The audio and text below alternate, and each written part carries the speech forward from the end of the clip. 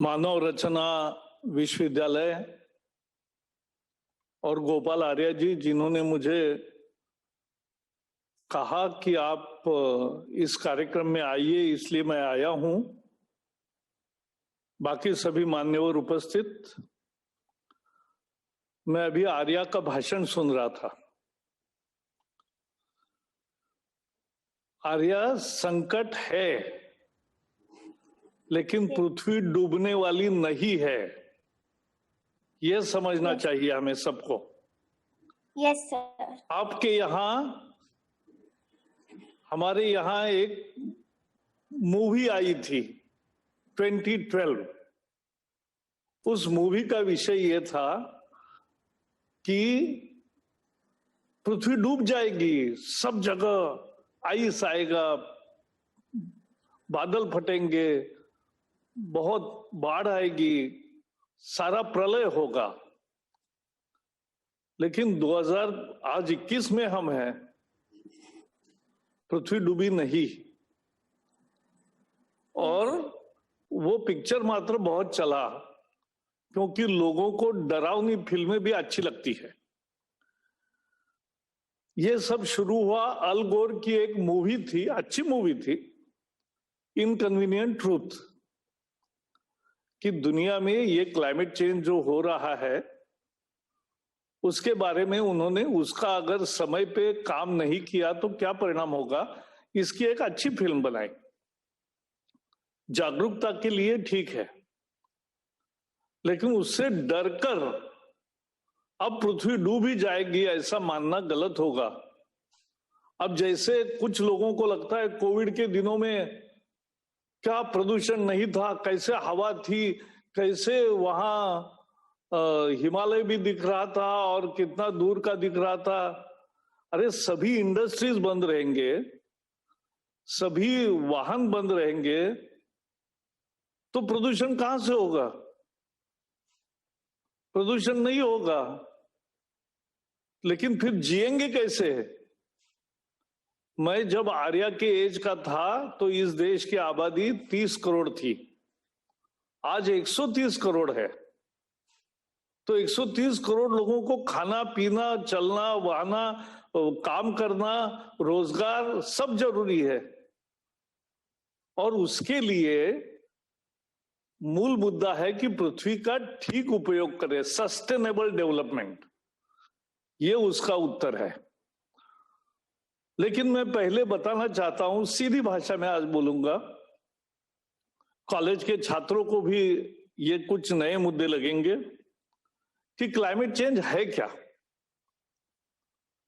Climate change ये है कि ग्रीन हाउस गैसेस, मुख्यतः कार्बन डाइऑक्साइड, वो हवा में उत्सर्जन हुआ, उस उत्सर्जन के साथ, और वो 150 साल हवा में रहता है। उसके कारण पृथ्वी का दिन में तपा हुआ तापमान निकल नहीं जाता और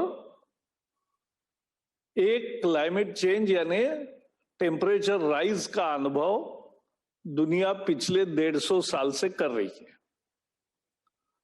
अब ये 150 साल जो उत्सर्जन हुआ वो कैसे हुआ? औद्योगिक क्रांति के बाद आज जो विकसित देश है वो विकसित कैसे हुए? उन्होंने खूब धुआं किया, उन्होंने खूब उत्सर्जन किया और उस उत्सर्जन के कारण उनको मुनाफा हुआ और उनकी औद्योगिक क्रांति हुई और उसके चलते उनको मुनाफे के साथ वो विकसित हुए। तो विकसित देश जो आज विकसित है वो उत्सर्जन के कारण विकसित हो गए और अब वो कह रहे हैं कि सारी दुनिया अब उत्सर्जन मत करो। ये तो उल्टा चोर कोतवाल को डांट रहा है। भारत का कंट्रीब्यूशन क्या है? अगर 150 साल का उत्सर्जन देखेंगे तो भारत केवल 3% है दुनिया का। 17% अमेरिका है, 20% चाइना है, यूरोप 22-25% है, अन्य देश है। भारत केवल 3% है। यानी ये समस्या जो निर्माण हुई क्लाइमेट चेंज की, उसके लिए भारत जिम्मेवार नहीं है। और आज भी भारत का करंट जो एमिशन है वो दुनिया का केवल 6% है। अमेरिका का 13% है, चाइना का 30% है, हमारा केवल 6% है। तो हम इस क्लाइमेट चेंज के लिए जिम्मेवार नहीं है, लेकिन क्लाइमेट चेंज के बुरे परिणाम हमें भुगतने पड़ते हैं। कभी भी बारिश आती है,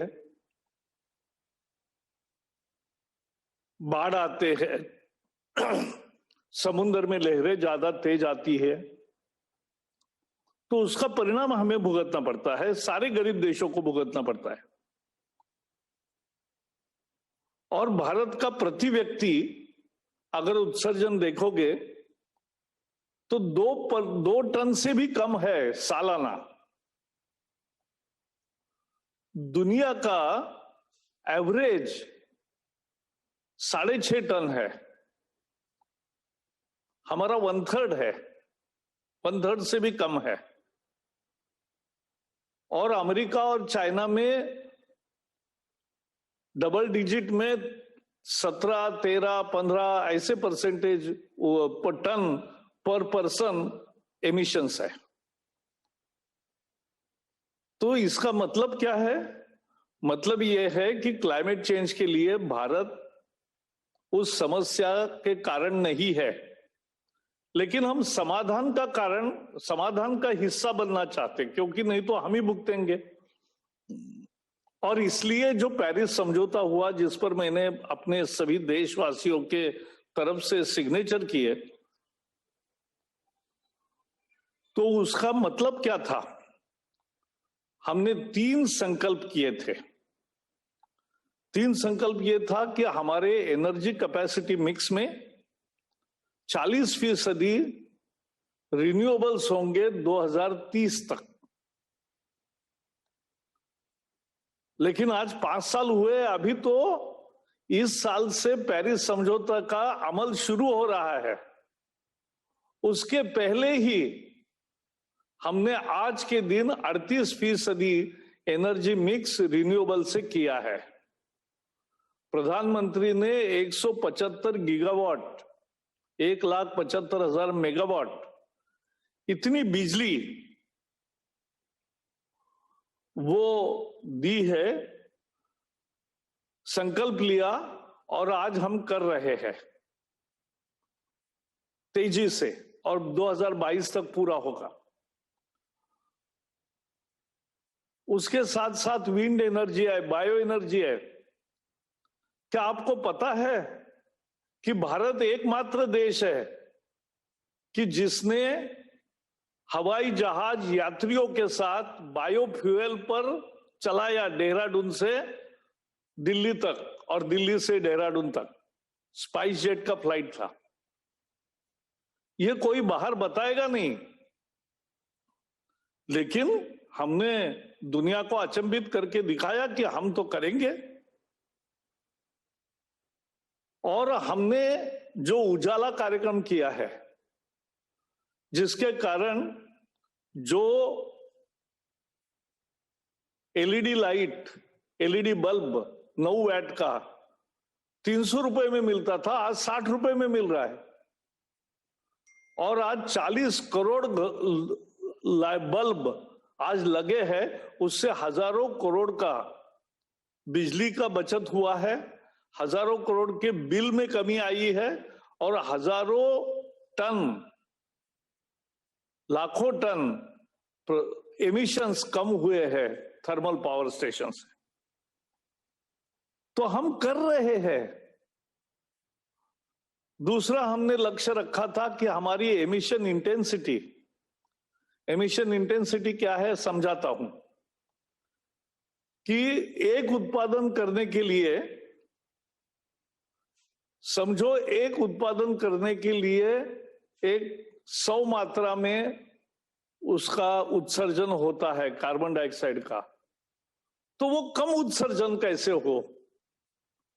प्रोडक्ट तो वही बने, लेकिन उत्सर्जन कैसे कम हो? This is reduction of emission intensity. और इस एमिशन इंटेंसिटी को कम करने के लिए आज हमने 24% ऑलरेडी कर लिया। हमारा टारगेट है 2030 तक 35% करेंगे। आज ही हमने 24% कर दिखाया। तो ये भारत जो बोलता है वो करता है। तीसरा हमने लक्ष्य लिया था कि हम जंगल बढ़ाएंगे, और मुझे खुशी है कि पिछले 6 साल में 15,000 स्क्वायर किलोमीटर का ट्री कवर बढ़ा है, जंगल में भी और जंगल के बाहर भी। तो यही भारत की विशेषता है। यानी दुनिया के शायद पहले 4-5 देश जो अच्छा काम कर रहे हैं उसमें भारत का नंबर है। दुनिया के 4 रिपोर्ट्स ने हमारी प्रशंसा की है कि Bharat is walking the talk. We are the only G20 country which is 2 degree compliant, क्योंकि हमने जो लक्ष्य लिए वो पूरे कर रहे हैं। तो this is what is actually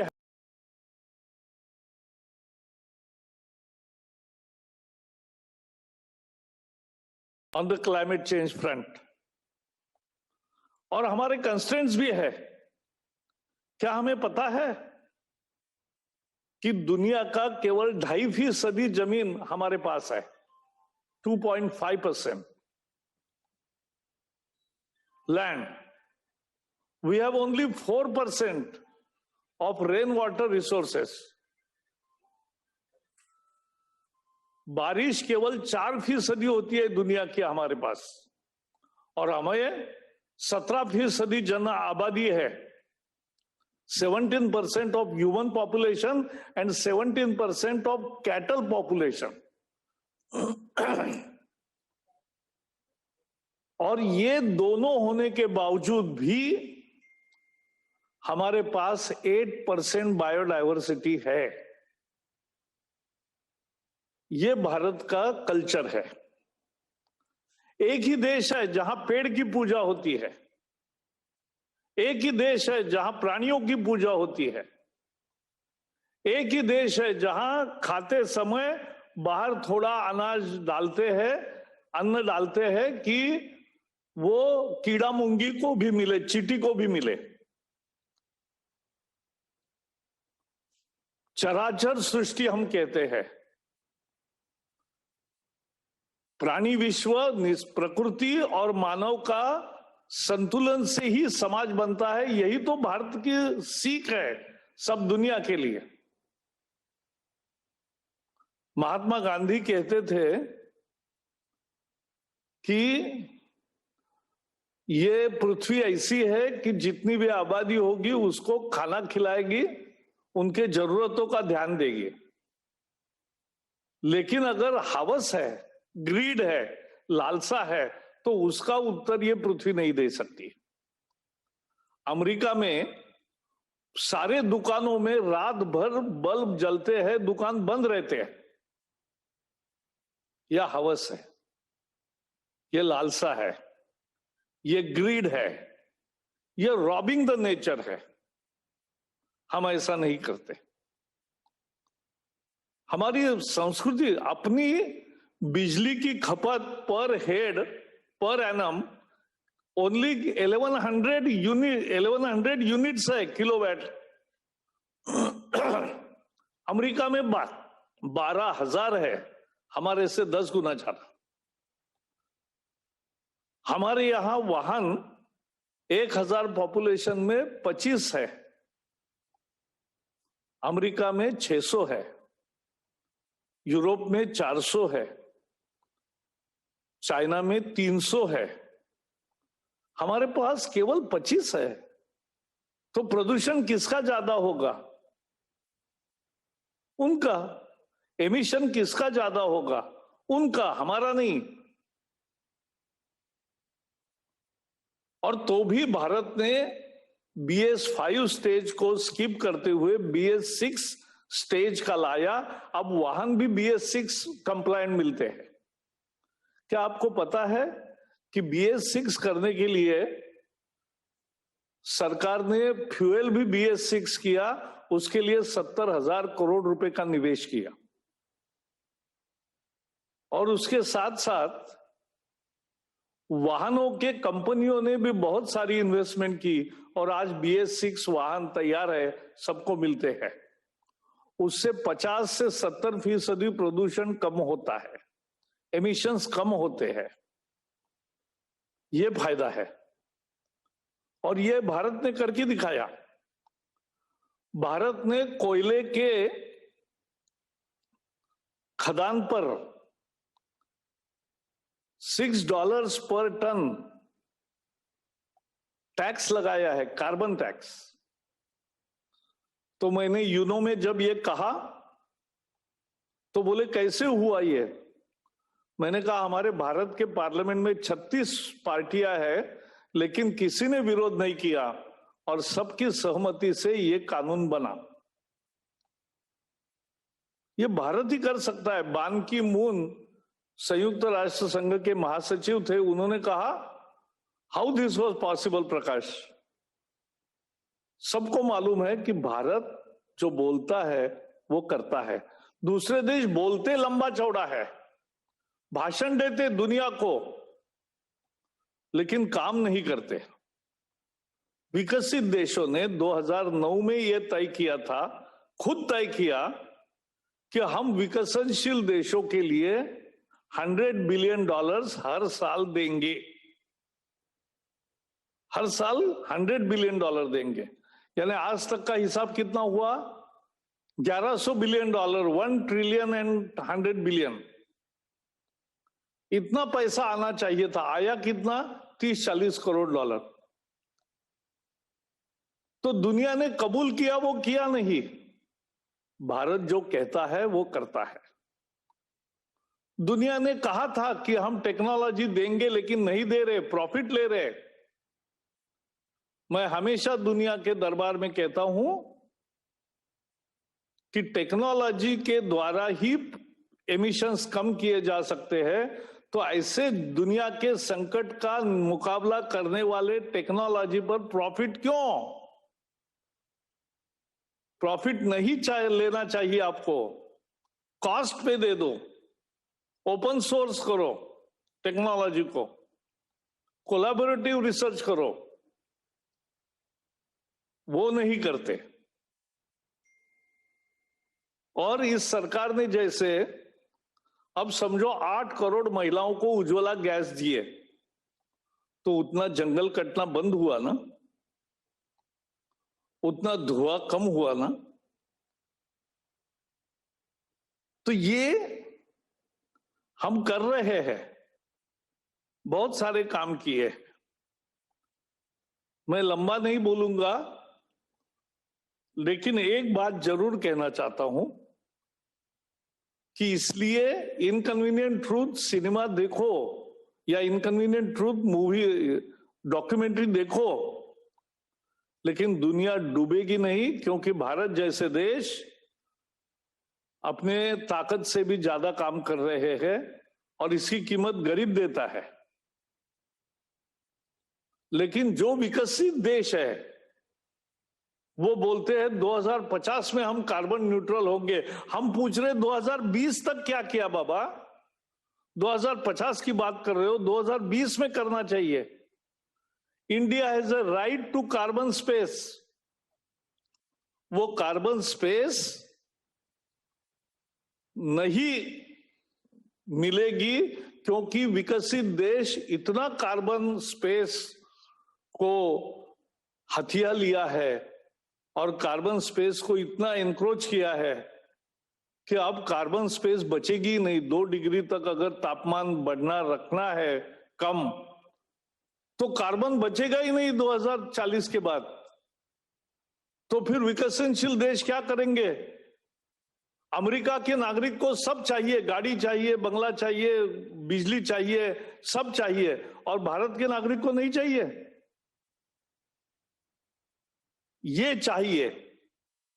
मैंने आज ये विषय इसलिए रखा और मैं लिखूंगा भी, लेकिन एक समझना चाहिए कि ये विषय पाश्चात्य देशों का गूगल सर्च रिसर्च करके हमें नहीं बोलना चाहिए। देश क्या कर रहा है अपना, ये पहले मालूम करना चाहिए। दुनिया क्या कर रही है, ये मालूम करना चाहिए। और विकसित देश अपनी भूमिका अदा नहीं कर रहे हैं, विकसनशील देश उससे ज्यादा अच्छा कर रहे हैं और अपने वचन को भुला दिया है विकसित देशों ने। ये क्या प्रिंसिपल है हमारे दुनिया के संगठन का? Equity and common but differentiated responsibility. न्याय चाहिए, हर व्यक्ति को डेवलपमेंट का अधिकार है और इसलिए हमने स्लोगन दी है डेवलपमेंट भी और पर्यावरण का संरक्षण भी। लास्ट में एक उदाहरण बताता हूं और समाप्त करता हूं। दिल्ली में मेट्रो हम देखते हैं, 300 से अधिक स्टेशन है। जब ये स्टेशन बने तो हर स्टेशन के जगह पर 8-10 पेड़ थे, काटे हैं। तो इसका मतलब 30,000 पेड़ कटे होंगे, लेकिन 30,000 के बदले 3 लाख पेड़ लगाए हैं और वो बड़े हो गए हैं। और दूसरी बात, आज 50 लाख लोग मेट्रो से आवाजाही करते हैं पर्यावरण पूरक, और उससे भी ज्यादा महत्वपूर्ण 5 लाख कारें सड़क पर आना कम हुआ है, तो कंजेशन कम होता है और एमिशन उससे आने वाला कम होता है। तो metro is the perfect example of how a sustainable development so preserve nature and ensure growth. Growth भी, पर्यावरण की रक्षा भी, यही भारत की संस्कृति है। और इसलिए हम बिजली अनावश्यक खर्च नहीं करते और नहीं करना चाहिए। पानी अनावश्यक खर्च नहीं करना चाहिए, हमारे पास कमी है। नया पानी का सृजन करना चाहिए, रिसाइकल रीयूज करना चाहिए। आप सभी लोगों को मैं कहूंगा कि आपको पता भी नहीं होगा कि दिल्ली में हमने construction demolition waste management rules किए, उसके कारण जो राडा रोडा बिल्डिंगे गिराते समय, भवन गिराते समय जो होता है debris, that debris used to be thrown elsewhere.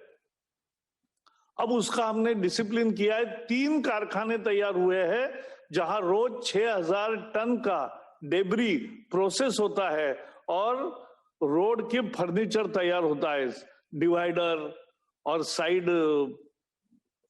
Side tiles और बाकी सब तैयार होता है। ऐसे ही कचरे से दिल्ली में 3 प्लांट है जो 57 मेगावाट की बिजली रोज तैयार करते हैं। मुझे लगता है मैंने जो आज बोला ये बहुत कम लोगों को मालूम होगा, लेकिन मानव रचना को मैं रिक्वेस्ट करूंगा कि आपके ग्रुप को लेकर इन 3 कारखानों में जाइए, बिजली कैसे पैदा हो रही है कचरे से वो देखिए। 3 कारखानों में जाइए, डेब्री से कैसे अच्छी चीजें बन रही है वो देखिए। और उसके साथ साथ भारत की एक्शन और विकसित देशों का डबल स्टैंडर्ड ये भी समझना चाहिए। तो इसका उत्तर प्रधानमंत्री मोदी जी ने दिया कि if there is inconvenient truth there has to be convenient action. और इसलिए उन्होंने एक किताब लिखा। आर्या, आप भी किताब लिख रही हो, लेकिन आप अभी छोटी हो, आप और समझ लो विषय को। और उसमें प्रधानमंत्री का किताब है कन्वीनियंट एक्शन। तो उन्हीं के निर्देश में, उन्हीं के लीडरशिप में हम आगे बढ़ रहे हैं। यही मुझे कहना था। आपसे बात करते मुझे बहुत आनंद हुआ। जय हिंद।